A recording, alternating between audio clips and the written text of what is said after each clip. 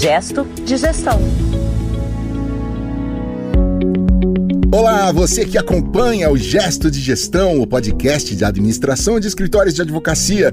Por aqui é o Alexandre Lupe e essa é uma iniciativa do André Porto Alegre, jornalista especialista em gestão legal. André, pelas minhas contas, estamos no episódio 18, é isso, né? Suas contas estão certas, Lupe. Olá, Lupe. Olá, ouvintes do Gesto de Gestão. E eu já vou adiantando aqui, Lupe, que eu sei que você está curioso para saber sobre o que vamos falar no episódio de hoje. Não tenha dúvida, André. Eu sempre fico esperando aqui o assunto, André, porque eu já confessei, já falei inclusive aqui no programa, que eu acredito muito que do que tratamos aqui, mesmo que adaptado para o mercado dos escritórios de advocacia, ele tem aderência em outros segmentos também, inclusive aqui no nosso. Sem dúvida nenhuma, Lupe, você está certíssimo, né? Muitos dos assuntos do Gesto de Gestão são princípios da administração adaptados ao universo das bancas de advogados. E hoje não será diferente, viu, Lupe? Nós vamos falar de liderança. Opa! Aí é aquela coisa típica de André Porto Alegre, que gosta de assuntos difíceis, né? Porque me parece que o aspecto da liderança permeia a sociedade brasileira como um todo, né? E não só nos escritórios de advocacia, mas em diferentes esferas, inclusive na pública, e a gente tá vendo aí o que é uma má liderança. Vamos lá, sem comentário. Estamos vivendo na pele, né? É verdade, Lupe. Mas se serve de consolo, não é só no Brasil. Scott Weisfall é um advogado americano com passagem por grandes escritórios, que dirige a educação executiva da Faculdade de Direito de Harvard. Ele afirma, Lupe, que no mundo dos escritórios de advocacia, a palavra liderança simplesmente não é usada, exceto nos níveis mais altos.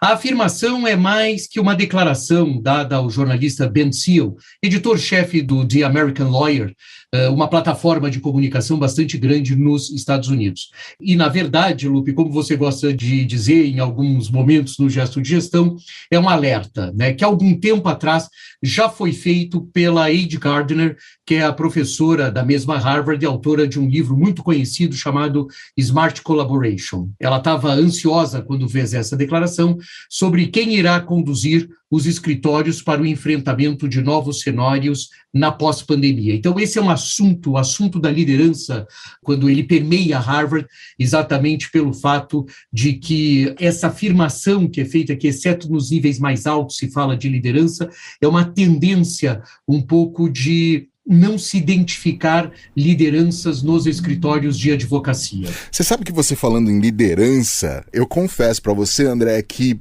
para mim tem algumas novidades aí, porque liderança para mim eu sempre considerei como uma prerrogativa daqueles que se dedicam ao direito. Resumindo, para mim toda pessoa formada em direito ou que atua no direito é naturalmente um líder, veja só a minha percepção.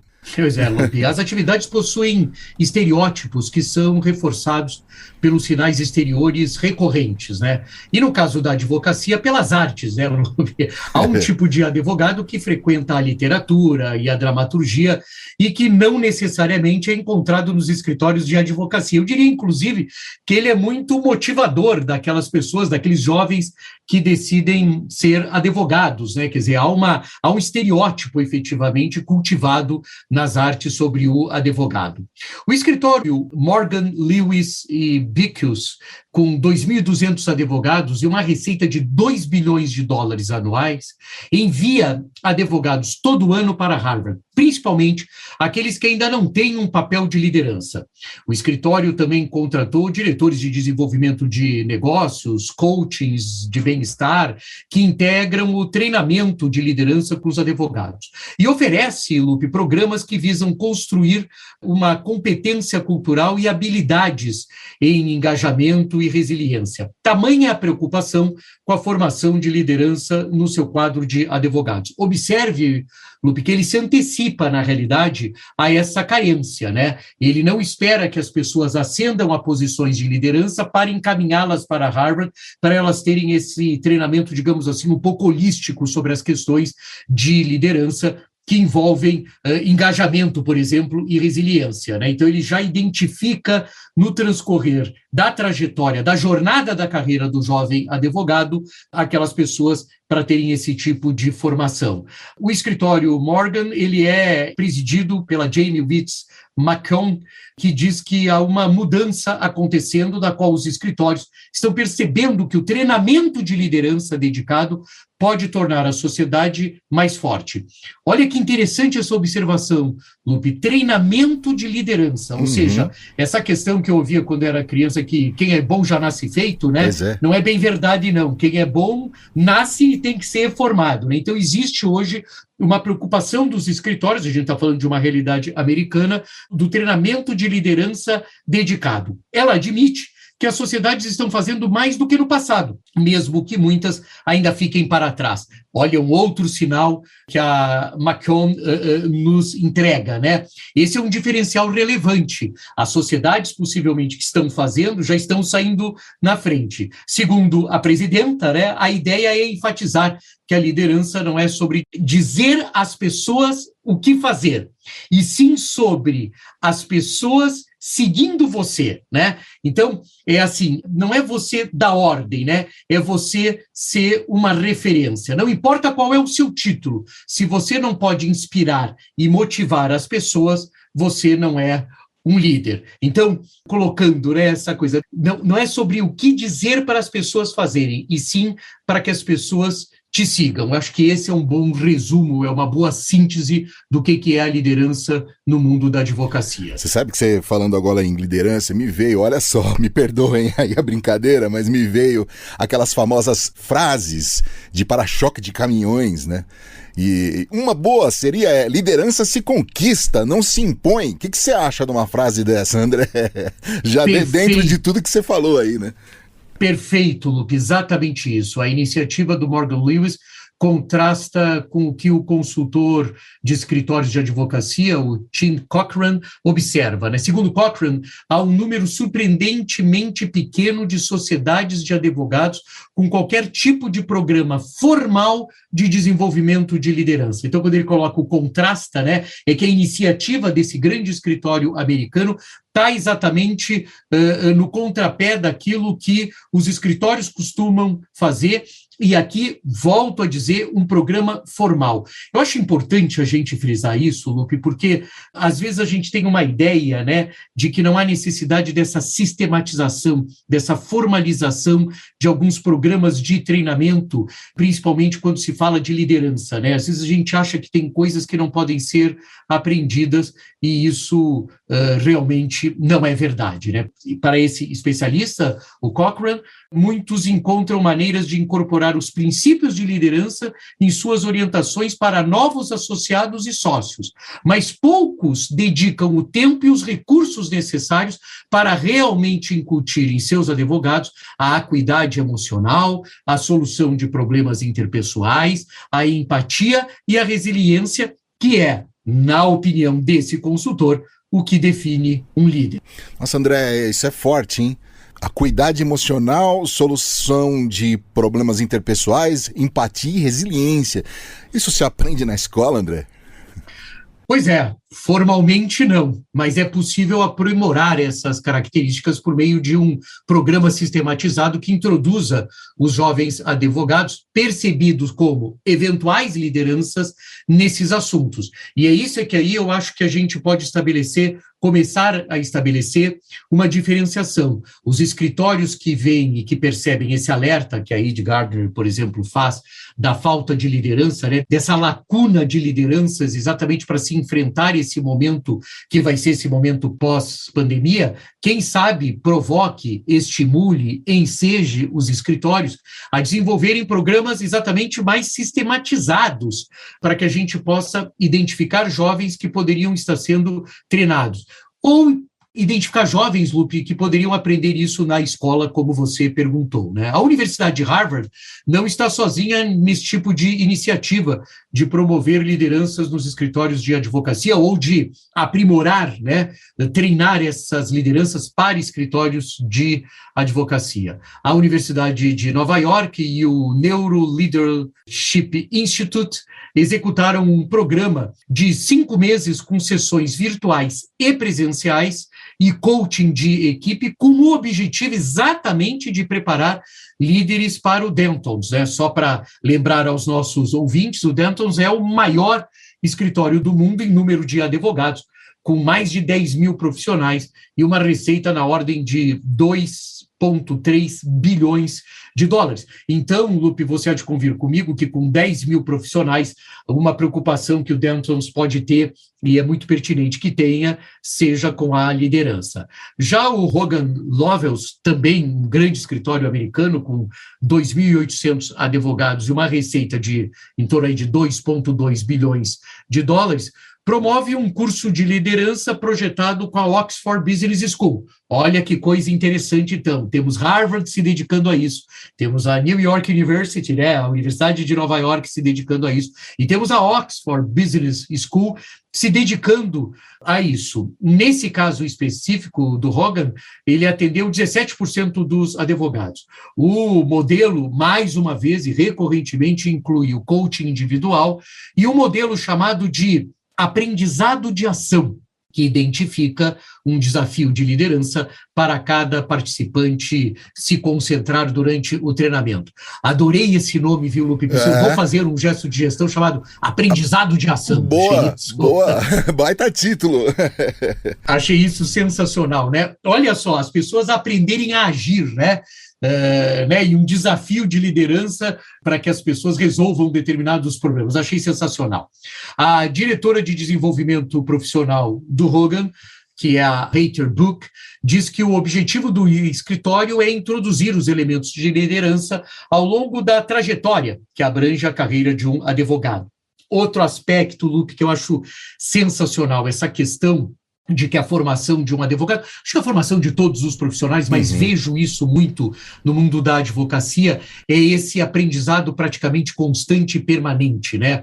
Essa ideia de que um bom advogado é um advogado que está sempre posto à prova do seu talento e sempre tem que introduzir novos conhecimentos, novas competências, até mesmo porque a advocacia tem um caráter, e dentro dos escritórios isso é muito percebido, um caráter muito dinâmico. Então, olha que interessante que existe uma diretora de desenvolvimento profissional preocupada exatamente em introduzir elementos de liderança ao longo da trajetória que abrange a carreira de um advogado. Quer dizer, isso é efetivamente investimento. Eu ouço muito, viu, Lupe, tem que fazer uma questão aqui, eu ouço muito alguns líderes, sócios de escritórios, eu investi no advogado, etc. e tal. A gente tem que entender também um pouco o caráter desse investimento. Aqui me parece que há efetivamente um investimento. A orientação, Lupe, sobre esse caso específico, se concentra em aproveitar os pontos fortes um do outro, né? Os júniores e plenos se aprofundam na gestão dos outros e na tomada de decisões. Outro aspecto importante, né? Aí eu acho que permeia e é transversal a formação de qualquer profissional, cada vez mais relevante nos dias de hoje, não só para os advogados, que é a tomada de decisão. E já para os sêniores, se trabalha com a inteligência emocional, gestão e colaboração. Olha que 3 elementos interessantes para quem já está mais no ápice da carreira, né? Inteligência emocional, algo que às vezes eu acho que falta nas lideranças de uma maneira generalizada, gestão e colaboração. A sociedade contrata, olha só, Lupe, atores para ajudar aqueles que estão em vias de se tornar sócios para praticar essas situações, respondendo às necessidades de clientes eventualmente irritados e advogados eventualmente desmoralizados. Esse é exatamente o retrato que a Hayter Book coloca como diretora de desenvolvimento profissional. Bastante interessante, né? Cara, é incrível esse trabalho. De verdade, você citou aí 3 grandes escolas, 3 grandes entidades, já vamos chamar assim, na educação mundial aí, que é o sonho de consumo de muita gente. E diante de toda essa movimentação, André, enquanto você estava falando, eu confesso para você que eu estava aqui pensando, será que os nossos amigos advogados, advogadas ou estudantes de direito vão ficar chateados com a pergunta que eu vou fazer, porque dá um certo receio? Como é que esse assunto é tratado here, in Brazil? Em Pindorama, né? Como eu adoro esse nome, Pindorama, eu acho que a gente tinha que se chamar Pindorama. Todo esse cenário, por mais incipiente que seja para o mercado americano, Lupe, representa uma avalanche de ações se comparado com a inércia dos escritórios e, infelizmente, das faculdades de direito no no Brasil. Alheios ao futuro e submersos na elaboração de planos de carreira, orientados muitas vezes para atender a demanda do advogado júnior que quer um estagiário para dar ordens, né? Os responsáveis pela gestão legal no Brasil não pensam no futuro dessa maneira, né? Dessa maneira como nós estamos vendo ser pensada nos Estados Unidos. E se negam a reconhecer a importância da inteligência adaptativa, exatamente aquela que lida com as mudanças, né? Também gosto muito dessa palavra, viu, Lupe? A inteligência adaptativa é aquela que eu acho que todos os profissionais que estão agora adentrando no mercado, não nós dois, né, Lupe? Já somos dois macacos velhos, mesmo assim temos que ter essa inteligência adaptativa, né? Mas isso é fundamental e essa característica é imprescindível ao líder de um escritório de advocacia. Em um mundo cada vez mais volátil, a resiliência, a flexibilidade, a adaptabilidade serão mais importantes do que nunca, né? Para Kim Cooper-Smith, presidente de um grande escritório também americano, com mais de 1.000 advogados, o Akin Gupp, Strauss, Hell Field, que a gente conhece mais como Akin Gupp, e uma receita para acima de $1 bilhão, no atual momento, goste ou não de ser adaptativo, o advogado não vai ter escolha, né? A cultura de autonomia dos advogados, incentivada pelos escritórios, distanciou essas estruturas, principalmente no Brasil, estou falando do Brasil, respondendo a tua pergunta, de promover programas sistematizados, né, de liderança, assim como faz a grande maioria dos clientes, principalmente a indústria. E isso, viu, Lupe, é uma coisa curiosa, porque muitos dos clientes atendidos pelos escritórios brasileiros estabelecem esses programas de liderança, né? E os escritórios ficam tão, como eu já falei várias vezes aqui, ensimesmados nessa questão do direito, que em algumas vezes perdem a oportunidade de acompanhar esse tipo de iniciativa. Eu gostei de uma coisa que você colocou aí, nessa questão desse último escritório que você citou, é o tal do goste de ser adaptativo ou não, né? Bom, André, mais uma vez aquela sensaçãozinha de que esse assunto ainda rende muitos gestos de gestão aí, mas como sempre acontece, você vai encerrar esse episódio. Por isso, antes da sua partida, aquela pergunta de todo o episódio é: qual o gesto de gestão desse EP número 18? Perfeito, Lucas. Você sabe que o nosso gesto de gestão tem o propósito de abordar diferentes temas para a reflexão dos ouvintes, né? Sem a pretensão de esgotá-los ou de dar soluções definitivas.